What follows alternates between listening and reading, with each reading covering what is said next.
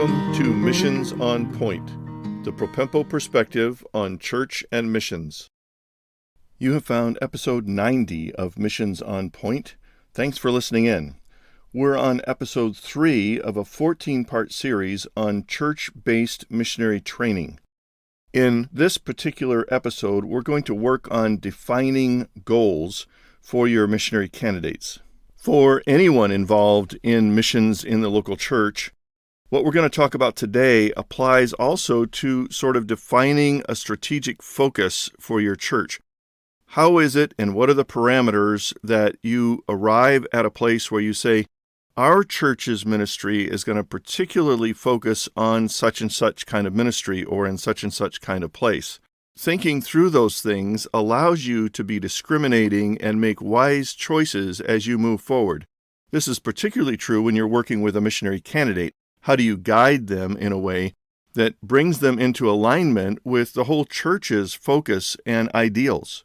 It also has this wonderful dynamic for pastors and church missions leaders to be able to have a clear conscience with regard to who you say no to and who you say yes to.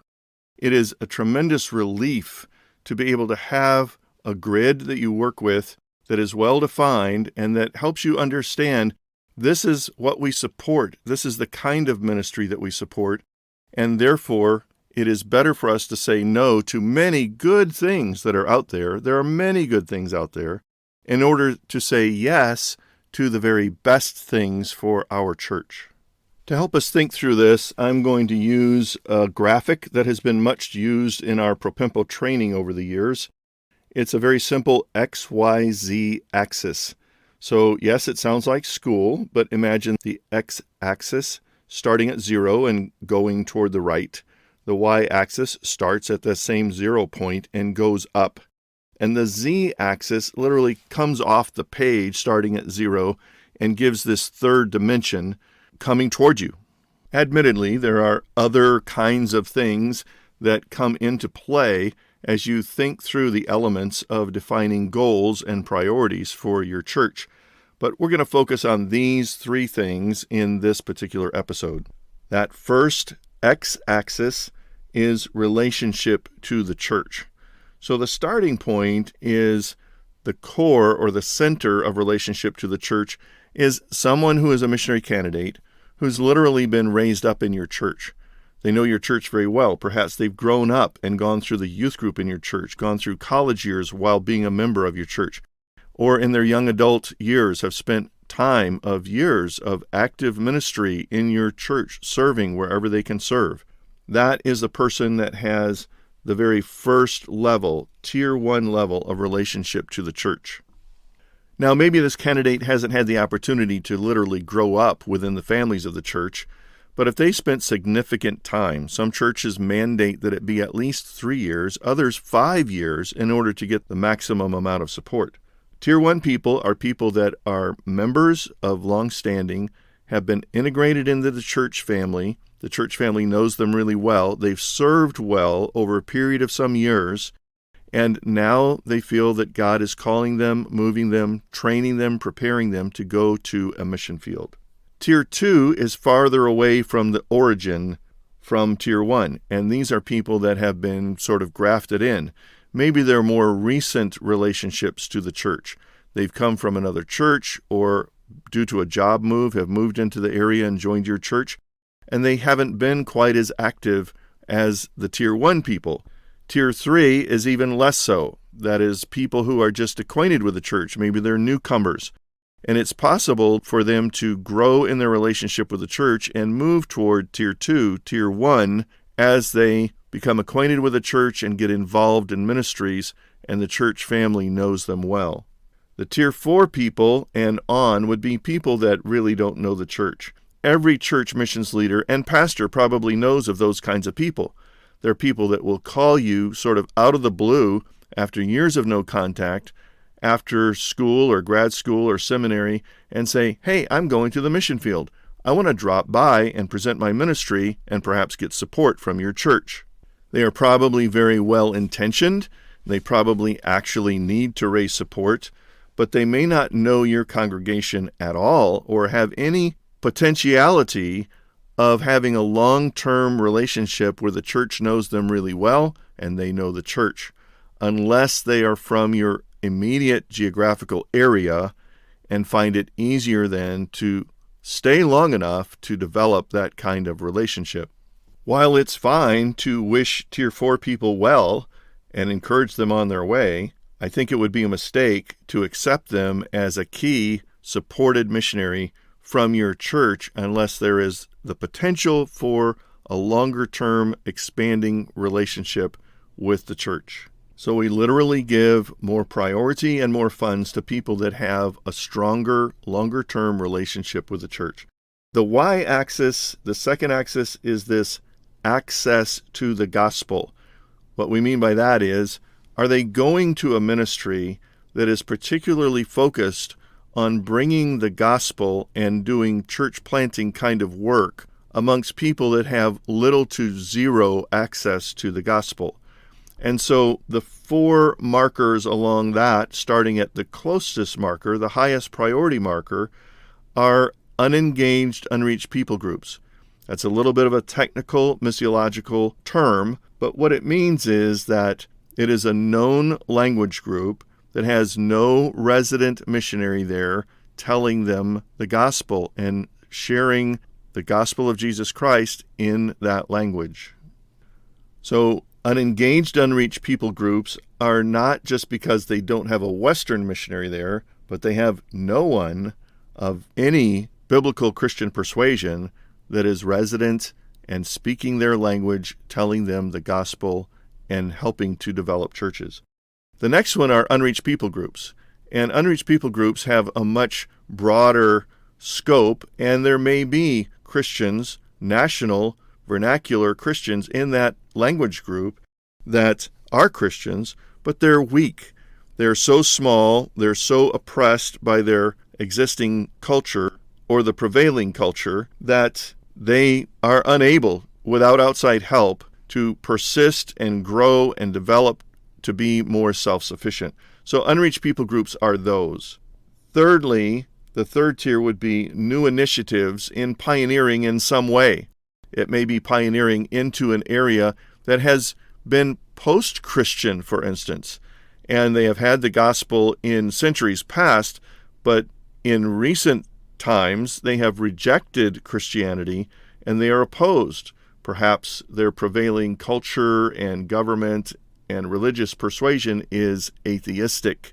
New initiatives to launch gospel ministry and indigenous church planting would be that kind of third tier. The fourth tier are what I refer to as Timothy or technical or institutional kinds of ministries. Timothy ministries would be those that follow along after the pioneering and they help to develop and expand, usually in concert with a national church organization or association of churches of national churches. Technical ministry can have anything to do with related to the web, to marketing, to broadcast ministries, to internet-based ministries that are teaching and training. Those are more technical kinds of ministries coming alongside to help reinforce and teach and expand. Institutional ministries are all kinds of institutional ministries, everything from remote medical clinics to hospitals to teaching, training, Bible schools, seminaries, those kinds of things. Anything that is an institution that requires usually a significant staff and ongoing passing the baton from one era of staff to another in order to maintain that institution's ministry. It could have something to do with other kinds of things. It's a blend of technical and institutional, where you may be doing community development kind of work that is institutional in nature, but technical in effect in its practical application. So anything having to do with agriculture, animal husbandry, reforestation, water supply, electrical supply, all of that kind of stuff is technical and institutional. The third axis is that Z-axis, and that is ministry priorities. It's very important for the church leadership to be involved in setting the priorities of ministry for your missions ministry so that it goes along and works in concert with what you believe and what you value in ministry. In most conservative evangelical circles, the priority one ministry would be teaching, proclaiming the gospel to those who have never heard, and then forming them into groups of disciples that become a church with biblically recognized leaders. So the kinds of things that go along with that are Bible translation, church planting, original evangelization, discipleship kinds of ministries. That is priority one. Priority two are ministries that come alongside that or come after that to work more in development, developing church ministries, Bible teaching ministries, perhaps youth camps or children's ministry or music ministry, but they serve the strengthening of the church. So priority two could be things like a higher level of training for ministry and pastoral candidates and helping people to understand better a discipleship program to reach their community. It could also involve adult training or seminars, that kind of thing. That would be priority two. It's Bible-based. It's focused on helping establish healthy churches and growing them to be solid. Priority three would be ministries that relate to that, which could be printing publications, whether that's physical or digital. I would probably put things like missionary children education on the field as a priority three kind of ministry. It's very valid, it's needed, but that's usually after a field is pretty well established and has families with children that need educational assistance. Priority four are those that are more ancillary. They're less of a priority. There's lots of kinds of ministries out there that work with priorities that are not the highest level priority, and yet they still may be valuable, particularly if it's for a person that is closely related to your church. So all three of these things work in a sliding scale dynamic to help identify what is the very best, the center, the core of what's most important for our church missions goals. And from that, you work backwards to the individual to see where do they fit on these scales and what impact does that have on how much we will support them and encourage them.